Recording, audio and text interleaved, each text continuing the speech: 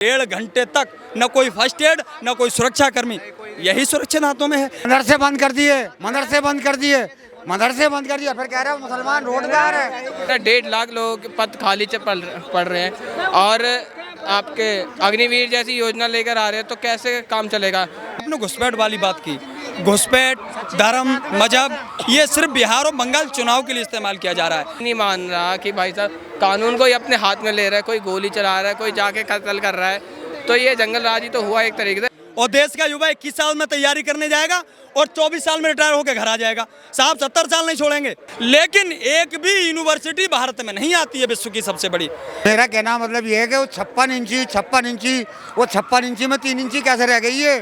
बिहार में युवा चाहता है, युवा तेजस्वी यादव बहुत सही है, जिससे ये पता चलेगा किसके पास कितनी संपत्ति है और कितने लोग संपत्ति पता चलेगी। हाँ सत्य वो मदरसे बंद कर दिए, मदरसे बंद कर दिए, मदरसे बंद कर दिया, फिर कह रहे हो मुसलमान रोजगार है। बे क्या मिल जाते हो मदरसों से, क्या मतलब है तुम्हारा मदरसों से? से बंद नहीं करने चाहिए। मुकाई हाँ उनको ये सिर्फ जितनी बातें हैं ये जनता का ध्यान भटकाने के लिए हैं। जो भी काम है ये ध्यान भटकाने के लिए हैं। देश का जब 140 करोड़ जनता आपके साथ खड़ी है, हर आदमी ये कह रहा है कि हमें दर्द हुआ है। ये हमला कोई वहाँ 27 पर्यटकों पर हमला नहीं है, ये हमला उस विश्वास पर हमला है जिस व्यक्ति ने विश्वास दिलाया कि 56 इंच का सीना है और देश सुरक्षित हाथों में है, और हमने आतंकवाद की कमर तोड़ दी है। नोटबंदी और धारा 370 एक ऐतिहासिक फैसला लेके आए हैं, जिसके बाद पूरा आतंकवाद आत्महत्या कर चुका है। तो हमारे देश के पर्यटकों को ये विश्वास हुआ कि वाकई मोदी जी के हाथों में देश सुरक्षित है और सुरक्षित हाथों में देश है, इसीलिए वहां पर लोग पहुंचे। लेकिन कहाँ सुरक्षित हाथों में? 1.5 घंटे तक जो लेफ्टिनेंट कर्नल विनय नरवाल हैं, उनकी बहन ने कहा 1.5 घंटे तक न कोई फर्स्ट एड न कोई सुरक्षा कर्मी, यही सुरक्षित हाथों में है। जब प्रधानमंत्री जी निकलते हैं तो कितनी बड़ी सुरक्षा लेकर निकलते हैं, लेकिन देश का पर्यटक वहाँ घूमने जाता, जो कश्मीर है। आज कहीं ना कहीं देश सुरक्षित नहीं है। बिल्कुल, देश अगर सुरक्षित होता तो इतना बड़ा देश पर हमला न होता। आर्मी के इतने जो हमारे सैनिक हैं इतने काटे जा रहे हैं, हर साल काटे जा रहे हैं। अभी भी इसमें है ना 1.5 लाख लोगों के पद खाली पड़ रहे हैं और आपके अग्निवीर जैसी योजना लेकर आ रहे हैं, तो कैसे काम चलेगा। जो 18 साल की उम्र में आके 21 साल की उम्र तक में रिटायर हो, 4 साल की अग्निवीर है, 4 साल की अग्निवीर है, उसके बाद आर्मी वाला बंदा करेगा क्या? उसके योजना जो लेकर आए हैं ये गलत योजना, ये गलत है ना, बिल्कुल गलत, बिल्कुल गलत है। ये तो अग्निवीर जैसी योजना होनी ही नहीं चाहिए ना, उसे ज़्यादा अच्छी हो, अग्निवीर ना हो बस। ये साहब 70 साल तक कुर्सी नहीं छोड़ेंगे और देश का युवा 21 साल में तैयारी करने जाएगा और 24 साल में रिटायर होकर घर आ जाएगा। साहब 70 साल नहीं छोड़ेंगे, यही है ना? नहीं, ऐसे नहीं। गमों की धूप में मुस्कुरा के चलना पड़ता है, और ये दुनिया है या चेहरा सजा के चलना पड़ता है। और तुम्हारा कद हमारे कद से बहुत ऊंचा सही, मगर चढ़ाई पे सबको कमर झुका के चलना पड़ता है। मेरा कहना मतलब ये है कि वो 56 इंची वो 56 इंची में 3 इंची कैसे रह गई है। मोदी जी कहते थे घर में घुस के मारेंगे, वहाँ यूं करके मारेंगे, वो तेरे घर में घुस के मार गया, तूने कुछ भी नहीं करा। 12-13 दिन हो गए, हम पूछ रहे हैं, सारी दुनिया पूछ रही है, ये हुआ कैसे बताइए। क्या कह रहे हैं सर? अरे हम क्या बोलेगा, जाति जनगणना के लिए जो बोल दिया गया है क्या सही है? जाति जनगणना में लिया है बात को। हाँ सही है, सही है, बिल्कुल सही। इससे ये पता एक सेकंड, फैसले के साथ हैं आप? एक सेकंड देखिए, बहुत सही है, जिससे ये पता चलेगा किसके पास कितनी संपत्ति है और कितने लोग संपत्ति पता चलेगी। हाँ सत्य, संपत्ति भी पता चलेगी, कुल कितना सबकी पॉपुलेशन भी पता है, जिसकी जितनी हिस्सेदारी, मतलब हिस्सेदारी भी होगी। जाति जनगणना कहाँ से पढ़ा था ये बता? वहाँ पे जाऊँगा, ना जाति जनगणना में संपत्ति मिल जाएगी। नहीं ये बोल रहा हूँ मैं, देखो गलत हो गया थोड़ा सा, मैं ये बोल रहा हूँ जैसे जातिगत जनगणना से सबकी संख्या पता चलेगी। आज सबकी संख्या पता चलेगी, उसके आधार पे ये भी पता चल जाए कि किसके पास कितनी संपत्ति है। संपत्ति का क्या? अरे यार भाई देखो भारत की देखिए। अच्छा, आपके हिसाब से जाति जनगणना के लिए जो बोला गया है क्या वो सही है?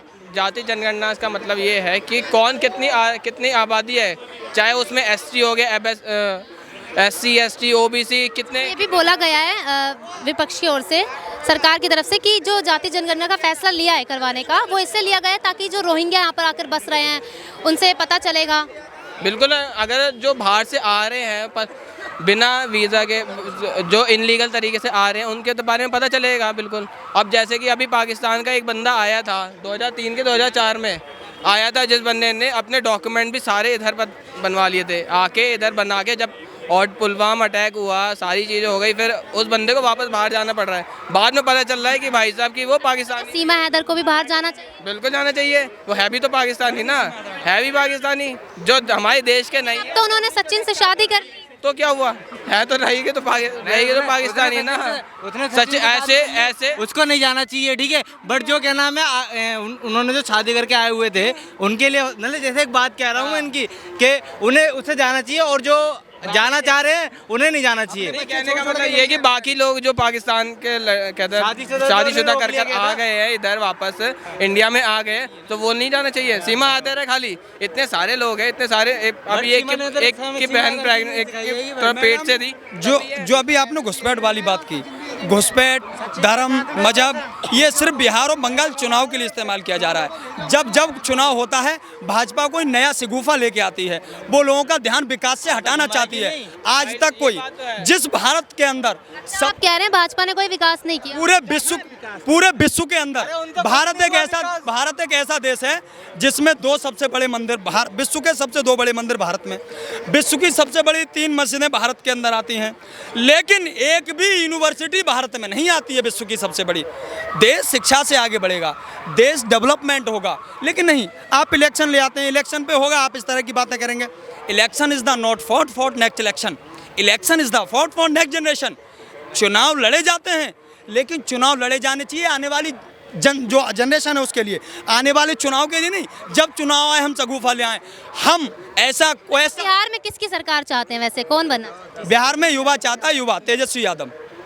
वो बिहार को चला पाएंगे? बिल्कुल चला पाएंगे। लेकिन कह रहे हैं कि वो तो 9वीं फेल है, वो कहाँ बिहार चला पाएंगे? अब ये जो 9वीं फेल कह रहे हैं, वो आज तक अपनी डिग्रियां सार्वजनिक नहीं कर पाए हैं। आप अच्छा ये मान रहे हो कि नीतीश कुमार के राज में कुछ बदलाव नहीं हुआ बिहार का? बिल्कुल, बिहार खटारा कर दिया नीतीश जी ने, सटिया। लालू के टाइम पे ठीक था बिहार? लालू जी देश के पहले रेल मंत्री हैं, जिनके समय में रेल मंत्रालय सबसे ज्यादा फायदे में रहा। अभी कोई गूगल कर सकता है, अकेले भारत के सिंगल ऐसे रेल मंत्री जिनके समय में रेल मंत्रालय भारत का सबसे आगे गया।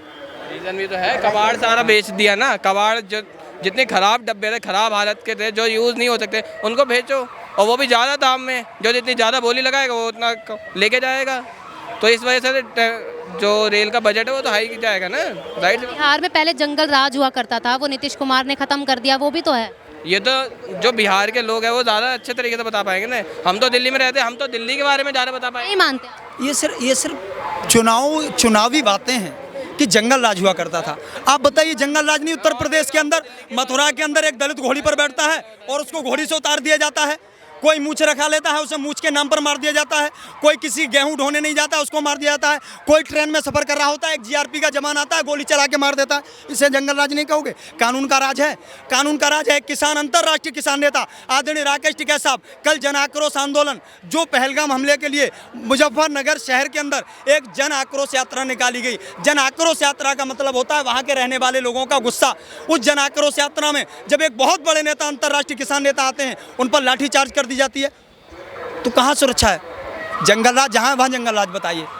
जहाँ जहाँ भाजपा का राज है, चाहे मणिपुर देख लीजिए, चाहे उत्तर प्रदेश देख लीजिए, जंगल राज कायम है पूरी तरह। एक चीज़ कहना चाहूँगा, भारत के अंदर कानून की व्यवस्था है, लेकिन कानून मानने वाले होने चाहिए ना। जब कोई कानून को ही नहीं मान रहा कि भाई साहब कानून को ही अपने हाथ में ले रहा है, कोई गोली चला रहा है, कोई जाके कत्ल कर रहा है, तो ये जंगल राज ही तो हुआ एक तरीके से। चाहे वो दिल्ली हो, मुंबई हो, चाहे हरियाणा हो, कहीं पे भी हो, ये जंगल राज ही तो है। पूरे भारत में जंगल राज चल रहा है। अगर आप इतनी पावर है कि भाई साहब आप कानून के लोगों को सख्त कर दो, भाई साहब कानून मानो, भाई जो चीज़ होगी कानून के हिसाब से होगी, कानून से ही जो है आपको सज़ा मिलेगी। और जो हमारे सुप्रीम कोर्ट हो गए, हाई कोर्ट हो गए, ये डिस्ट्रिक्ट कोर्ट हो गए, इनमें इतने सारे केस पेंडिंग चल रहे हैं। कम से कम नहीं तो 5 से 7 करोड़ तो केस पेंडिंग है।